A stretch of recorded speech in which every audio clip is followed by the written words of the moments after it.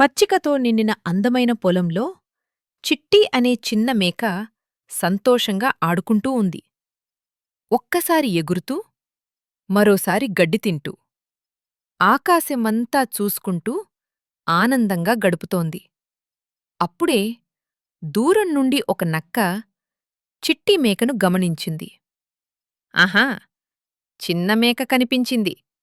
ఇదే సరైన సమయం అని నెమ్మదిగా పొదల వెనుక నుండి బయటికి వచ్చింది.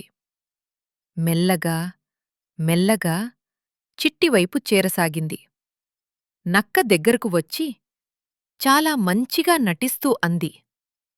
చిట్టీ, నువ్వెంత అందంగా ఉన్నావో!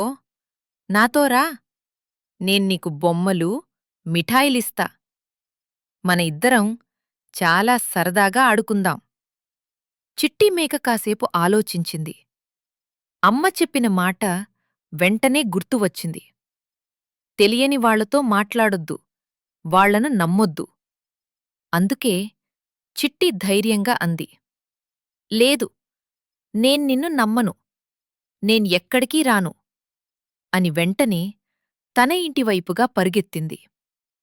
పచ్చిక పొలాన్ని దాటుతూ, చిన్న కాళ్లతో చప్పుళ్ళు చేస్తూ సురక్షితంగా తన ఇంటి దగ్గరకు చేరుకుంది.